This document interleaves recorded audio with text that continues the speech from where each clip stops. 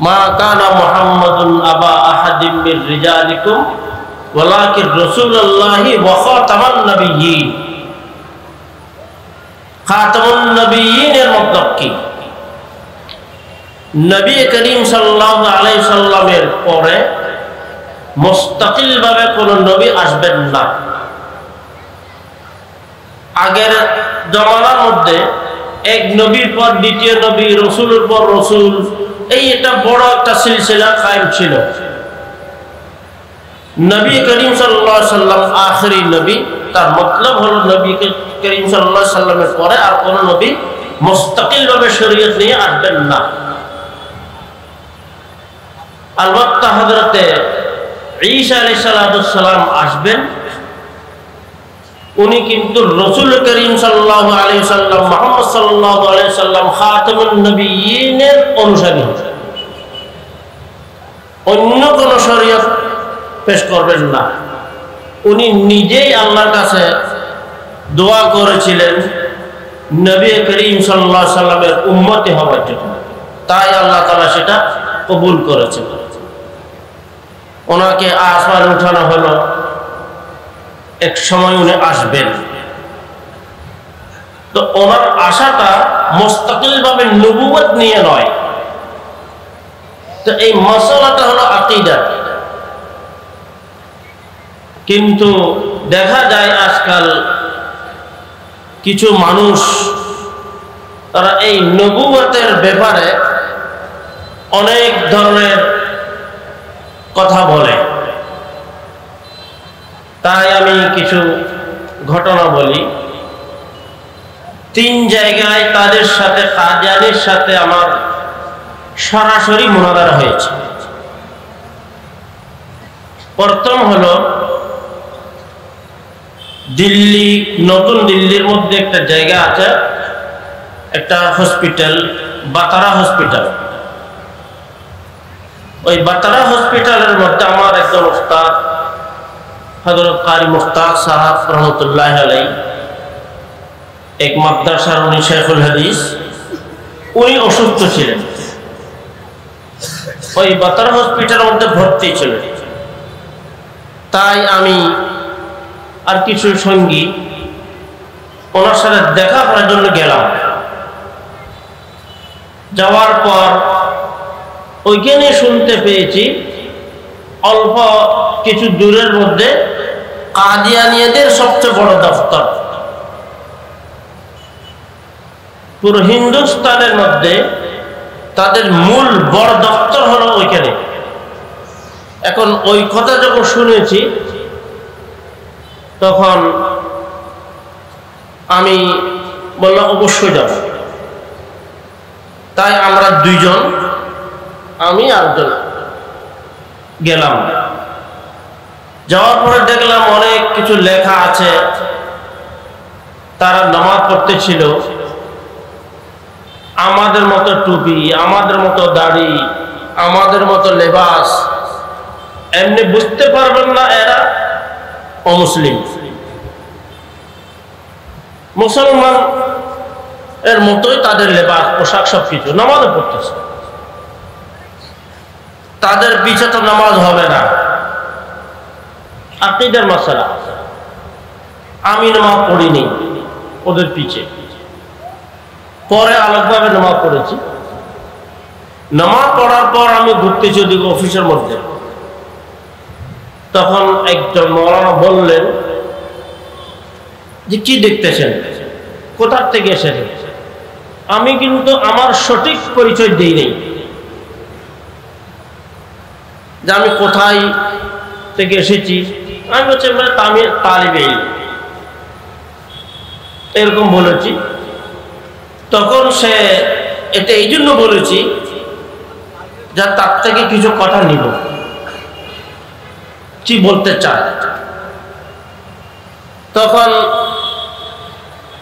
আমি জিজ্ঞেস করলাম এগুলো কি? ও বলল এটা আহমদী মিশন, এটা আহমদী মিশন।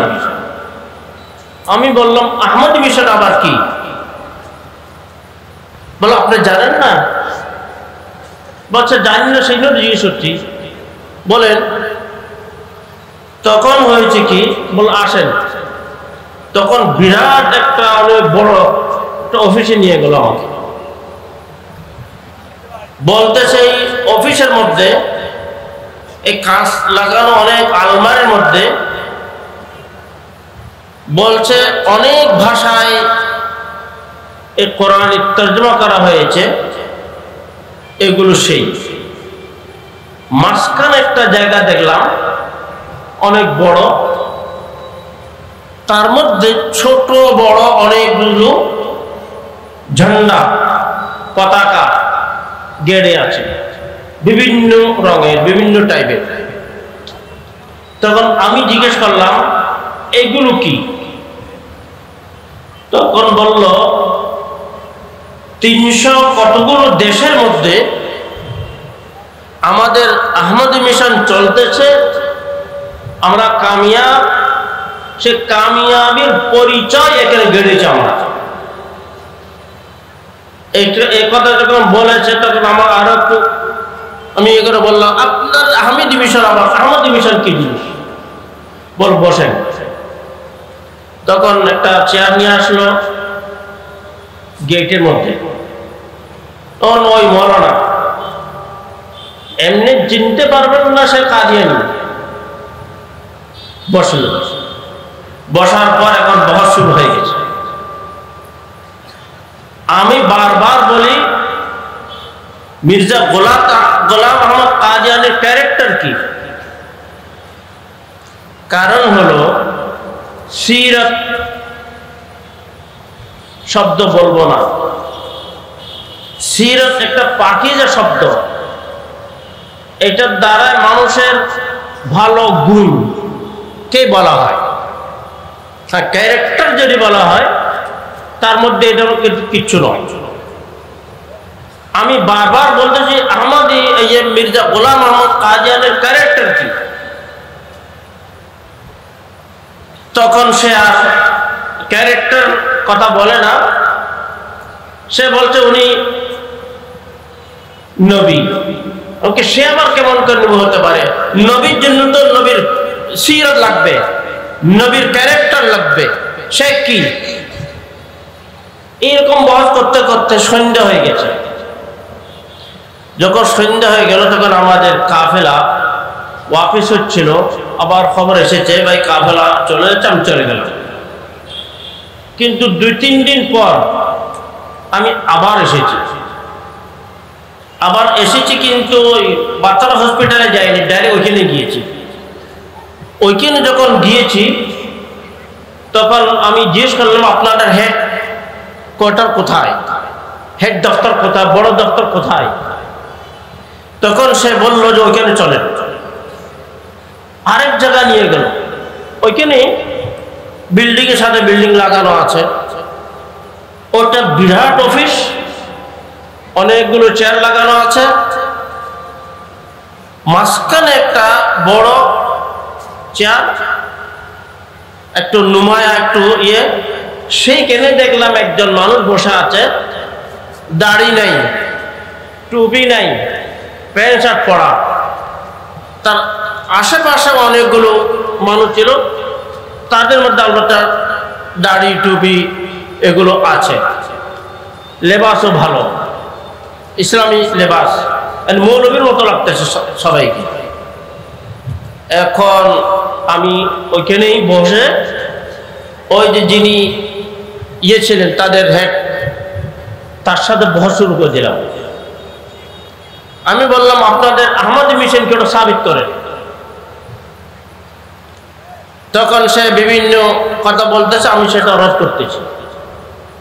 মাঝখানে একটা কথা ইবারতের জন্য বলতেছি, মাঝখানে দেখতেছি এক কোনার মধ্যে একটা মৌলানা, লম্বা দাড়ি, একটু সেহেত ভালো, টুপি আছে, লম্বা লেবাস, সে কিন্তু বারবার আমার দিকে দেখতেছে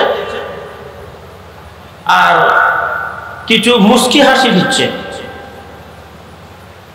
আমি কথা বলতেছি, এখন সে যে মুস্কি হাসি দিচ্ছে সেটা কি আমার তাইদ করতেছে না আমার বিরোধ করতেছে সে। আমি জিনিসটা প্রথম বুঝতেই পারিনি। যা বহস কিছুক্ষণ বহস করার পর যেই মেইন চেয়ারের মধ্যে ছিল সে উঠে চলে গেল। পর আরো যারা ছিল তাদেরকে, আমরা আপনারা আহমদি মিশনের অনুসারী, বলেন আমার প্রশ্নের উত্তর দেন। এইরকম একটা একটা করে সব চলে গেল। এখন আমি আর ওই যে মুস্কি হাসি দিচ্ছিল একটা কোনার মানুষ, কোনার মধ্যে বসা ছিল, তার সাথে আমি কথা বলতে শুরু করলাম। আমি বললাম, তখন সে আমাকে জিজ্ঞেস করলো আপনি কোথা থেকে এসেছেন। তখন আমি আর আমাকে আমি পরিষ্কার বলেছি আমি কাসেমি।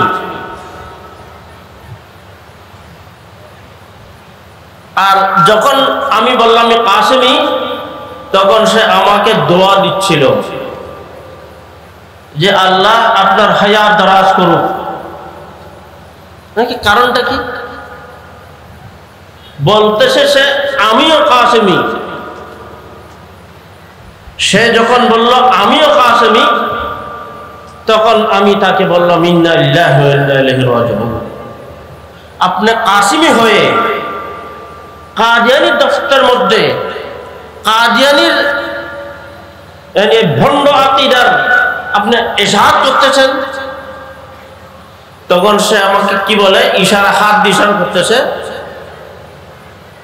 পেটের দিকে কি করলো, হাত দিয়ে ইশারা করলো। মতলব কি, পেটের কারণ মানে টাকার কারণ। আমি বললাম ঈমান বড় না টাকা বড়, তাকে প্রশ্ন করা শুরু করলাম। তখন সে বলল আসলে আমি কিন্তু কাদিয়ানী নয়, কাদিয়ানী ইশাআত করতেছি ঠিক, আমি আসলে কোন কাদিয়ান, আমার আকীদা ওইটাই যেটা আপনি বলতেছেন আপনার আকীদা। আমি বললাম আপনি এখানে, বলছে আমি অভাবের কারণে এখানে এসেছি, কাজ করতেছি, কিন্তু আমি আপনাকে আপনার হিম্মতের আমি আপনাকে ধন্যবাদ দিচ্ছি যে একজনকে গালি দিয়ে আমাকে বলতে কম্বাক ये सब चले गए, इनके पास कुछ भी नहीं है। তারা বিদেশি পয়সা আসে, ওইটা নিয়ে তারা চলে।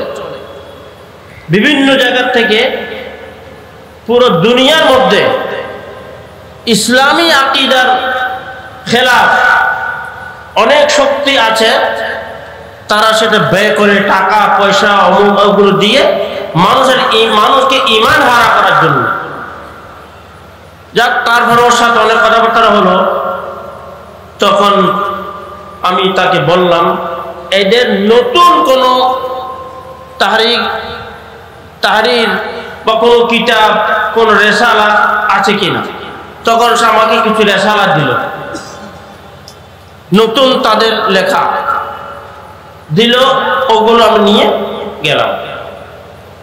একটা তো হলো সেইখানে, সেও মেনেছে। সেইখানে দরবান যেটা ছিল, সে বিহারের একজন মানুষ ছিল, তাকে বললাম তুমি এখানে চাকরি করতেছ? বলতে আমি চাকরি করতেছি, কিন্তু আমার আকীদা ওইটাই যেটা আপনি বলতেছেন। আমি খবরদার, আকীদা ঠিক রাখবে। এগুলো সব ভণ্ড, এগুলো সব পয়সার জন্য দুনিয়ার এমনি তালের মধ্যে এসে গেছে।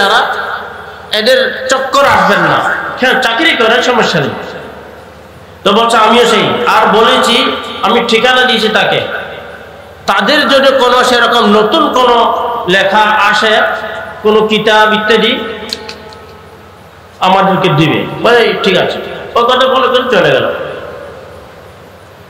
বারবার আমি বলি ক্যারেক্টার কি, আর সে রফায়ে ঈসা নুজুল ঈসার কথা বলে,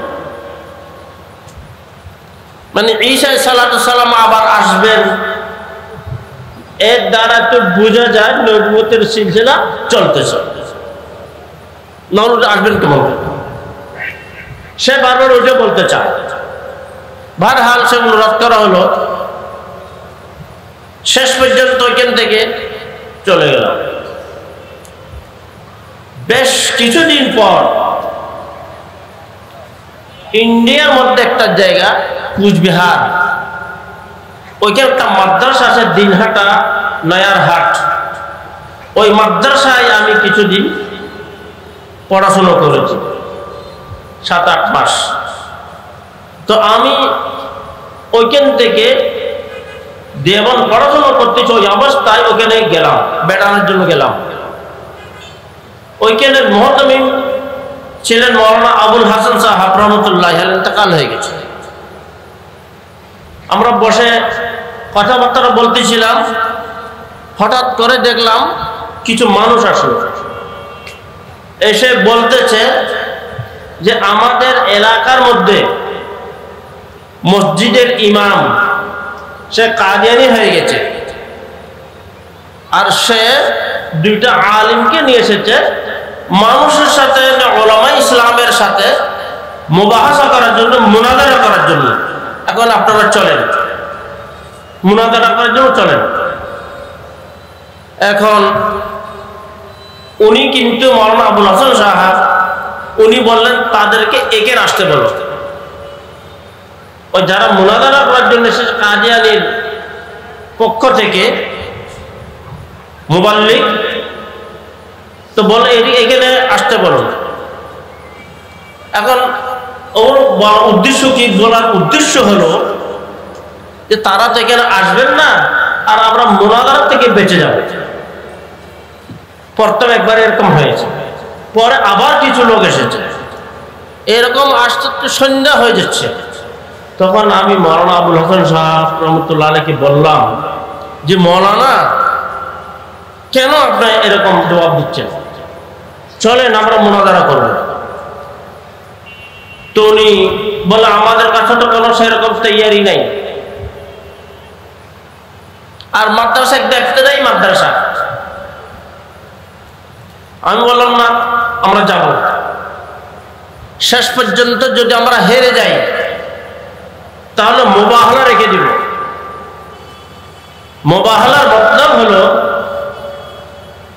মাযহাবে ইসলামের মধ্যে যে খাতামুন নবিয়্যিন রাসূল করিম সাল্লাল্লাহু আলাইহি ওয়াসাল্লাম আখেরি নবী, এর মধ্যে আমাদের পুরো বিশ্বাস।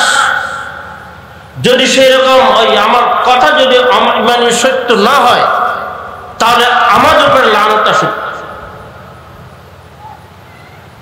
আর যদি আমাদের কথা সত্য হয়, তাহলে যারা এটা অস্বীকার করে তাদের উপরে লানত হয়। এইটাকে আমি সংক্ষিপ্ত বলতেছি মুবাহালা, কোরআনের মধ্যে সেটা জিকির আছে, ওটা রেখে দিব। বলছে তুমি প্রস্তুত? হ্যাঁ প্রস্তুত, চলেন। ওইখান থেকে 9 কিলোমিটার দূরে, যেখানে কোনো মানে গাড়ির চলাচলের রাস্তা নাই, সাইকেল করে যেতে হয়। এখন ওইখানে আরো কিছু মানুষ নিলাম, আমরা 5-6 জন রেডি হয়ে গেছি। আর কোনো কিতাব নাই, সিরিফ মিশকাত শরীফ নিয়ে গেলাম, দেখতে একটু বড় মতো লাগে, আর কোনো কিতাব নেই, মিশকাত শরীফ নিয়ে গেলাম।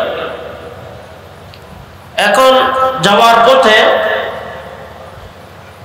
অনেক কিছু শুনতে পারলাম।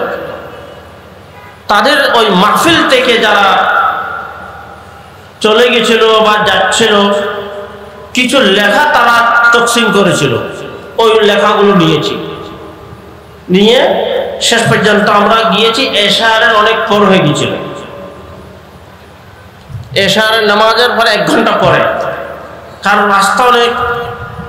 ওইখানে যখন আমরা গিয়েছি তখন হাজার হাজার মানুষ তখন জমা হয়ে গেছিল ওই মসজিদটা দেখার জন্য, ওই মুনাজারা শোনার জন্য।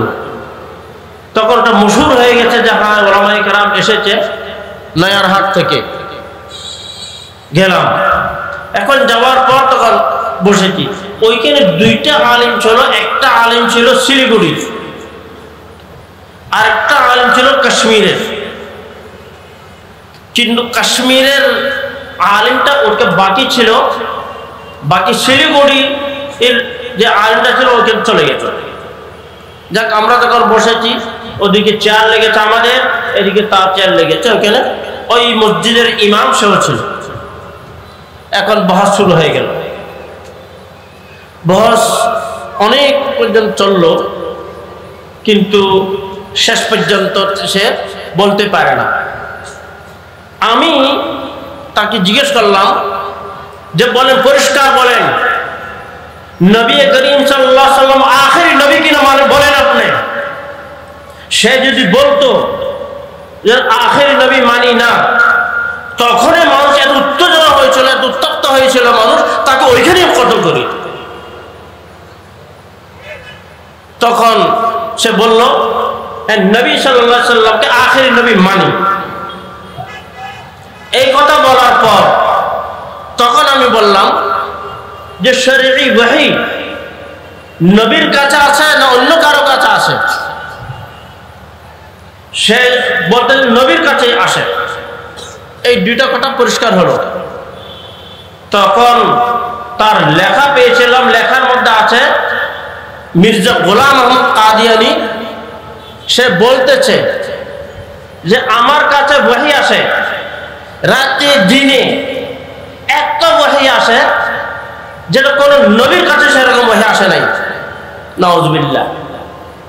ওটা দেখিয়েছি, রাস্তায় পেয়েছে আর কি, কাগজটার মধ্যে লেখা ছিল। তখন এটা পরিষ্কার হয়ে গেল, মানে সে দাবি করতেছে নবুয়তের,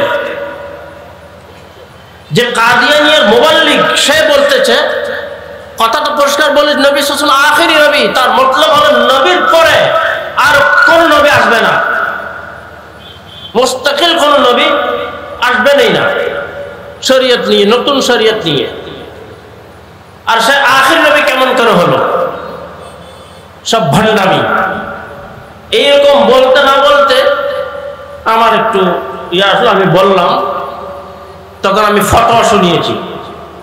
পুরো পৃথিবীর মধ্যে যারা ইসলাম পছন্দ, যে কিছু ইসলামী মামালিক, কিছু জায়গা যারা ইসলাম সম্পর্কে কিছু জ্ঞান রাখে, সমস্ত মামালিক ইসলামিয়ার মধ্যে ইসলামিক যত দারুল ইফতা আছে সবগুলোর মুত্তাফাকা ফয়সালা হলো, ফতোয়া হলো, এই কাদিয়ানীরা কাফির। যখন এই আমি বলেছি, বলার পর লোক লাঠি নিয়ে দাঁড়িয়ে গেছে। ইমাম সে কাদিয়ানী হয়ে গেছে, সেই এই দুই মাওলানাকে নিয়ে আসছিল মুনাজারা করার জন্য। এখন তার সামনে কথা পরিষ্কার হয়ে গেছে কিনা যে কাদিয়ানীর ভণ্ড, এগুলো কাফির। ইসলামের নাম যদি তারা ইস্তেমাল করে, আসলে কিন্তু তারা কি নয়, মুসলমান নয়, ইসলামের থেকে খারিজ। যখন এখন তাকে বলো কি হুকুম, বলো, জিজ্ঞেস করো। তখন ওই মৌলানা কি বললেন, আমি চিন্তা করে সকালে বলবো। ঘটনা হয়েছে এ চালাকি করেছে। সকালে কেন বলবে? কারণ তার কাছে মেহমান এসেছে। চতুর্দিকে মানে পরিষ্কার হয়ে গেল এরা ভণ্ড, এরা মানে বাতিল। আর মেহমান হেফাজত করতে হবে, তার উদ্দেশ্য হলো রাত্রে পালাবে। তাই রাত্রে ওই মেহমানকে নিয়ে পালিয়ে গেছে। তো যত বছর আমি ছিলাম তখন পর্যন্ত আর সেই ইমাম ওই এলাকায় আসে নাই, ওই পালিয়ে গেছে। কারণ তারা টাকা দেয়, বিভিন্ন ধরনের এগুলো করে, এগুলো সব ইসলাম দুশ্মনী। মানুষের কলব থেকে ঈমান কেড়ে নেওয়ার জন্য এরকম তারা কাজগুলো করে। এটা দ্বিতীয় ঘটনা।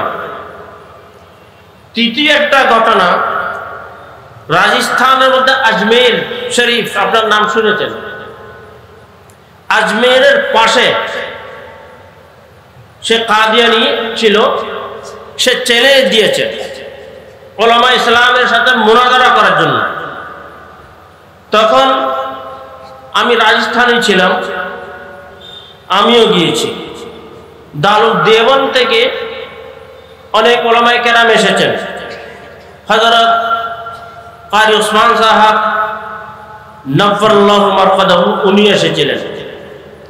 আর বিখ্যাত আলিম, ইন্ডিয়ার মধ্যে সবচেয়ে বড় মুনাজির ইসলাম ইসমাইল কটকি, উনি কাদিয়ানীর বিরুদ্ধে অনেকগুলো কিতাব লিখেছেন, উনি এসেছিলেন। এদিকে আমরাও গিয়েছি। যখন এই উলামা ইসলাম পৌঁছেছে, ওখানে গিয়েছেন, তখন কিন্তু সে পালিয়ে গেছে। তাদের যে কয়েকজন ছিল সবগুলো পালিয়ে গেছে, ওইখানে আর নাই। তখন আমরা গিয়েছি থানার মধ্যে গিয়েছি, চেনে দিয়েছে একে ধরে নিয়ে আসা। তখন ধরে নিয়ে আসা হলো, পুলিশ গিয়ে তাকে ধরে নিয়ে এসছে। নিয়ে আসার পর ওই ইসমাইল কটকি বড় বড় আছে, তো আমাদের বলার প্রয়োজন হচ্ছে না। তখন ইসমাইল কটকি বলছে তার সাথে এইখানেই মোনাজারা করবো, থানার মধ্যে মোনাজারা শুরু হয়ে গেছে। মোনাজারা কি বলতে, সে কিচ্ছু বলতে পারে নাই, কোনো দলিল নেই, কিচ্ছু নেই। এমনকি ইসমাইল কটকি উনি একটু শক্ত ছিলেন, টেপ করেছে, তার সাথে যে বহস-মুবাহাসা হলো সে মেনেছে কাদিয়ানিয়া বাতিল ফিরকা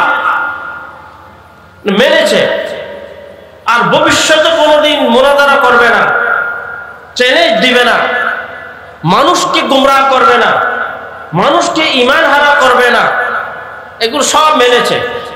ওগুলো রেকর্ড করা আছে, এখনো আছে। তারপরে ওইখান থেকে যাওয়ার পর যখন থানার থেকে ওকে ছেড়ে দেওয়া হলো, পরে সে বয়ান দিয়েছে আমি মজবুরান এরকম বয়ান দিয়েছি। এইগুলো হলো তাদের চাল। এই জন্য আমি আবার কথা লম্বা করবো না, দোস্ত বুজুর্গ, কাদিয়ানিয়ার যে ভণ্ড, এদের মধ্যে কিচ্ছুই নাই। দেখেন দারুল দেওবন্দের মধ্যে এই নিয়ে মুনাজারা হয়, তালেবে ইলমদের মধ্যে দুই ফরিক হয়ে, দুই জামাত হয়ে এক কাজ, এটা তো শিক্ষার জন্য, তালিমের জন্য এরকম মুনাজারা করে। আমিও ছিলাম, এমনকি কিছু এর মধ্যে আমরাও ছিলাম, আমিও শরীক হয়েছি। সেই ওইখানে যে কাদিয়ানির একবার পাকিস্তান থেকে হযরত মাওলানা মনজুর চিন্নটি রহমতুল্লাহ আলাইহি উনি এসেছিলেন। তখন দারুল হাদিসের মধ্যে যখন মুনাজারা হয়, কিছু তালেবা তারা এমন এমন দলিলগুলো তালাশ করেছে, দলিলের উপর তো আকিল ভণ্ড দলিল কিছু বলতে হবে। তো মনজুর চিন্নটি রহমতুল্লাহ আলাইহি বললেন যে এই তালেবে ইলমরা যে কথাগুলো বলেছে, এই কথাগুলো যদি তারা পায়, অথচ এগুলো ওরা তো কাদিয়ানি নয়, ওরা তো কাদিয়ানির খেলাফ, কাদিয়ানি আলাইহি মা আলাইহি বলতেন। মাঝখানে একজন তাদের মধ্যে কাদিয়ানি আলাইহিস সালাম বলতেছিল, তখন বললেন না আলাইহিস সালাম বলবেন না, কাদিয়ানি আলাইহি মা আলাইহি, তারপর লানত যা হোক, এই ধরনের কাজ। শেষ পর্যন্ত বললেন যে তোমরা যে দলিলগুলো দিয়েছ আকলি দলিল বিভিন্ন, তার মধ্যে একজন মাওলানা ছিলেন আমাদের সাথী, সে বলতেছিল, একটা মেসাল দিয়েছে, মনে করেন বাস স্টেশনে কেউ রাত্রে এসেছে 12টার দিকে, আসার পর সে কোথায় যাবে, তো বলতে কেউ যখন বলে কি বলে, আর কোনো গাড়ি নাই, মানে সকাল চলবে, এখন আর কোনো গাড়ি নাই। তাই রাসূল করিম সাল্লাল্লাহু আলাইহি ওয়াসাল্লাম বললেন লা নবিয়্যা বাদি, মানে এখন কোনো নবী নাই।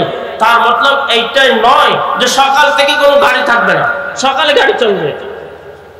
তাই মির্জা গোলাম আহমদ কাদিয়ানী দ্বিতীয় পরে নবী সেজে এসেছে, এরকম একটা মেসাল দিয়েছে আর কি, দিয়ে বলছে একদম পুরো মামলা অনেক দলিল দিচ্ছে। সে বাসের স্টেশনে মেসাল দিয়ে ওর কথাটা বলল, যাক সেটার জবাব দিয়েছে, সেটার মতলব এটা নয়। আর ওর উদ্দেশ্য সেটা নয় যে সকালে গাড়ি চলবে কিনা, সেটা উদ্দেশ্য নয়। তার উদ্দেশ্য হলো এখন আছে কিনা, রাত্রে কোনো গাড়ি আছে কিনা। যাক, এরকম তারা অনেক ফিরকা এরকম করবে। এখন কথা হলো আমাদের করণীয়টা কি?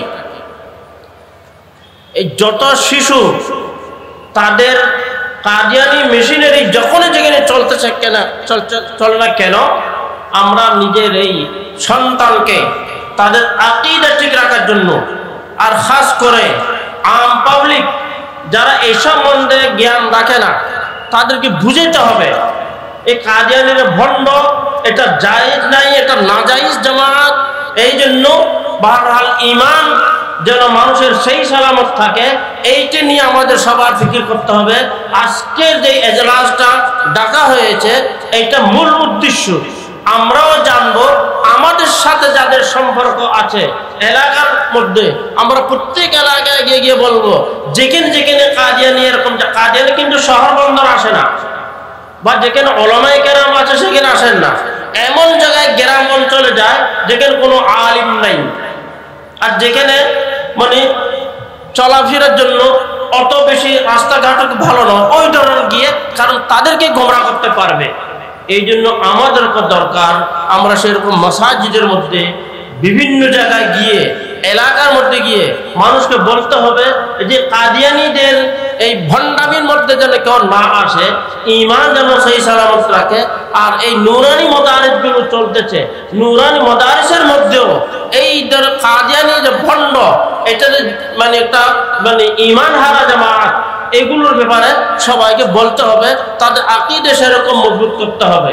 এইরকম যখন আমরা করব, ঈমান আমাদের কি থাকবে, সহি সালিম থাকবে, তখন আমরা আহিস্তা আহিস্তা পুরো দেশের মধ্যে এই ধরনের।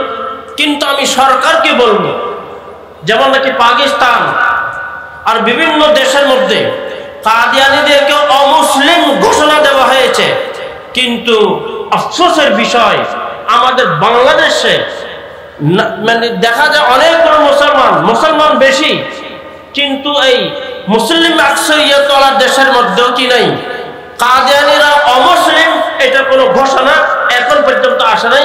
আমরা সরকারের কাছে অনুরোধ জানাবো যেন তারা অতি তাড়াতাড়ি এই কাদিয়ানীদেরকে অমুসলিম ঘোষণা করে, কারণ তারা মুসলমান সেজে মুসলমানের ঈমান হারা করার জন্য এরা চেষ্টা করতেছে।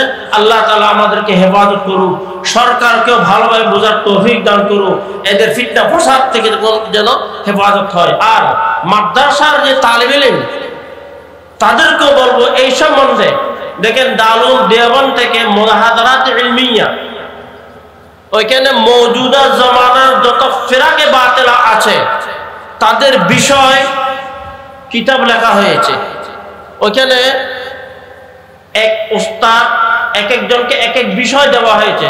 কেউ রদ্দে কাদিয়ানিয়তের ব্যাপারে, রদ্দে শিইয়তের ব্যাপারে, রদ্দে ঈসাইয়তের ব্যাপারে, রদ্দে মওদুদিয়তের ব্যাপারে, রদ্দে জামাতের ব্যাপারে, রদ্দে গায়র মুকাল্লিদিয়তের ব্যাপারে, এই ধরনের এক একজনের এক এক মাস গবেষণা করে একটা সবক পড়িয়েছেন। এইরকম করে সবক পড়েছে, ওই সবকগুলোকে কিতাবি শাকল দেওয়া হয়েছে। এই জন্য আমি মনে করি মওজুদা জামানার মাদারিস আরবিয়ার মধ্যে এই মুহাদারাতে ইলমিয়া, ওইটা যদি নিসাবের মধ্যে দাখিল করা হয় বা তালিব ইলমকে যদি ওই ধরনের কিছু জানকারি দেওয়া হয়, তাহলে ফিরাকে বাতিলাকে বোঝা সহজ হবে। আর আমাদের মুসলমানের ইসলামী আকীদা আমাদের সবার কি থাকবে, মজবুত থাকবে। আল্লাহ তাআলা আমাদেরকে আমল করার তৌফিক দান করুন। ওয়া আখিরু দাওয়ানা আলহামদুলিল্লাহি রাব্বিল আলামিন।